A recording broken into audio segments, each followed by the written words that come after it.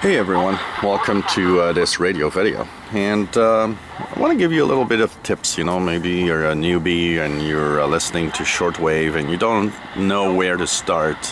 And of course, the first things that you need, a few tools, schedules from the internet.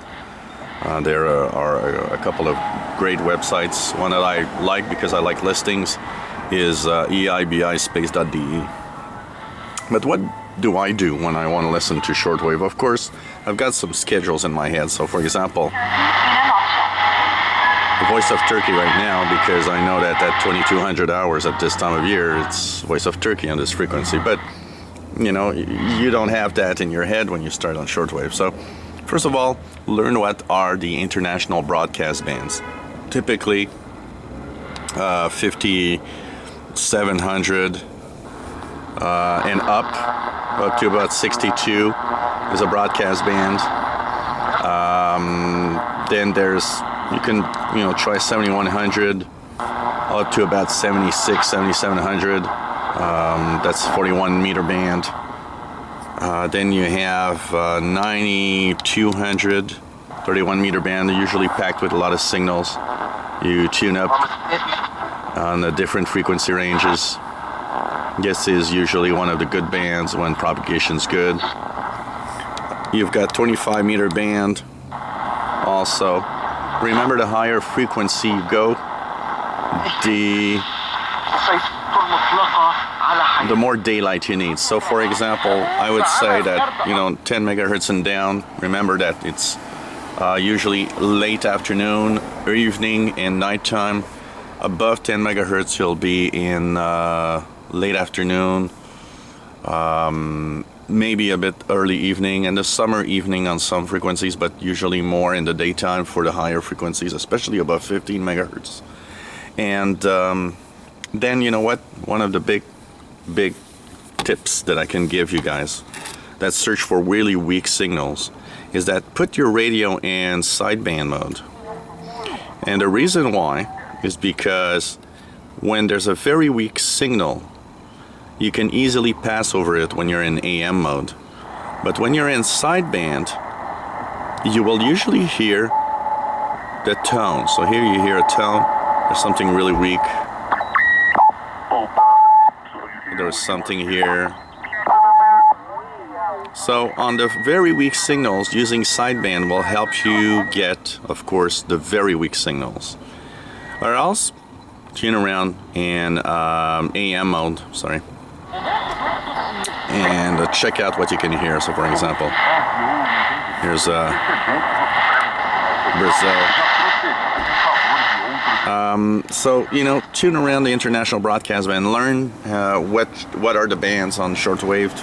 There's a lot of once again, I got videos on my channel talking about the international broadcast bands, but also I think it's nice to learn them by heart. That's kind of one of the basics. Know where the international, the amateur radio bands are also. That's another interesting listen. And remember, is it daytime? Is it nighttime? Is it close to nighttime or getting closer? Like for example, now I'm early evening. Sun is setting here in about an hour and a half. So what will I hear? Not even a little more than an hour. So what will I hear? Of course, I will try some of the lower bands. I know that east of me is darkness. So I know that I will listen probably to Europe, since I'm in Montreal and I'm in the northeast part of North America. Atlantic Ocean and Europe is in darkness. Lower frequencies should give me some European signals. In the west of me, so the west coast of North America, Pacific region, it's sunlight.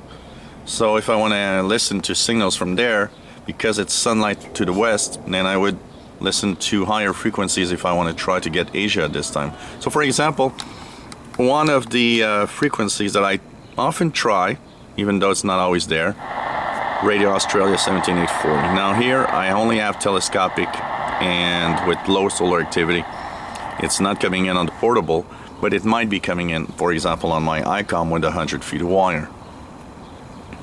So, these are little tips to understand that the higher frequencies will be in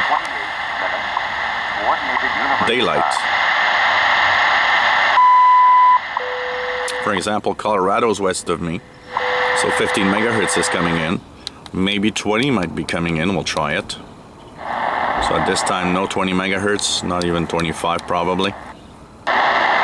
But we know that 15 megahertz is coming in because from Colorado to here, it's sunshine, so it's going to be a higher frequency for WWUV that will be coming in, for example. And of course, don't hesitate to tune around everywhere. When you are tuning around, don't hesitate to use single sideband mode so that you can actually tune around slowly and not miss out on some of the weak signals that are easily missed when you are in AM mode.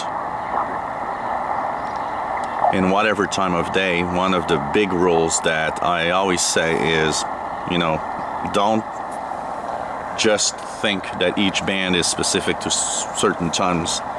Anything can happen and anything can be heard almost all the time, everywhere, with exceptions, of course. You know, you won't hear Australia in mid-afternoon on 6 megahertz, for example, because there's too much daylight, but you might hear some stuff.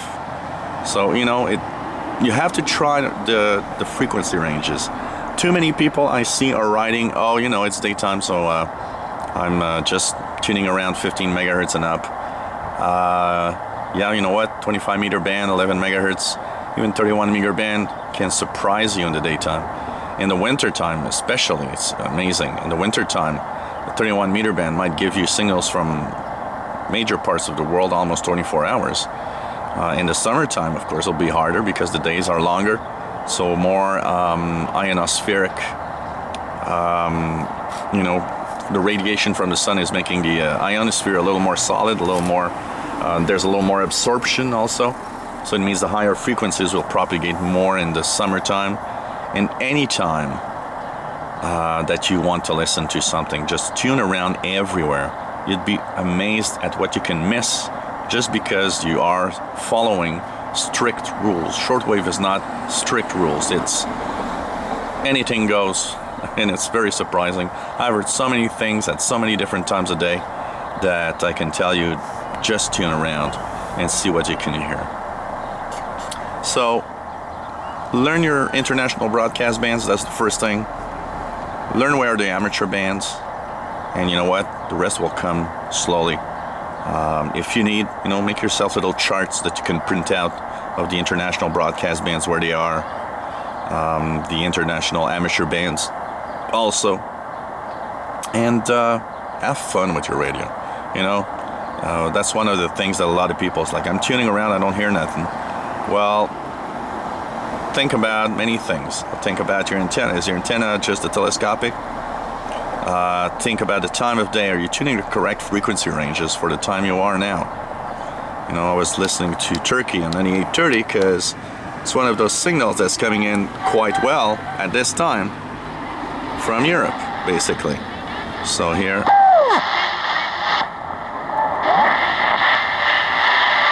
It's not as strong as it could be, but it's there.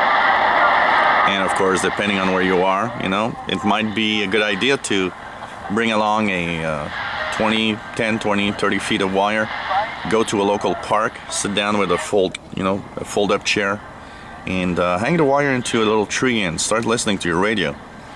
You might be surprised. You know, I noticed that when I'm far from home in a park with a piece of wire, I tend to receive more signals than I do at home because the noise is lower. You know, that signal indicator is very important also to see the amount of noise that you're getting at a specific location. That's also very important because if this shows full bars of noise, you know what?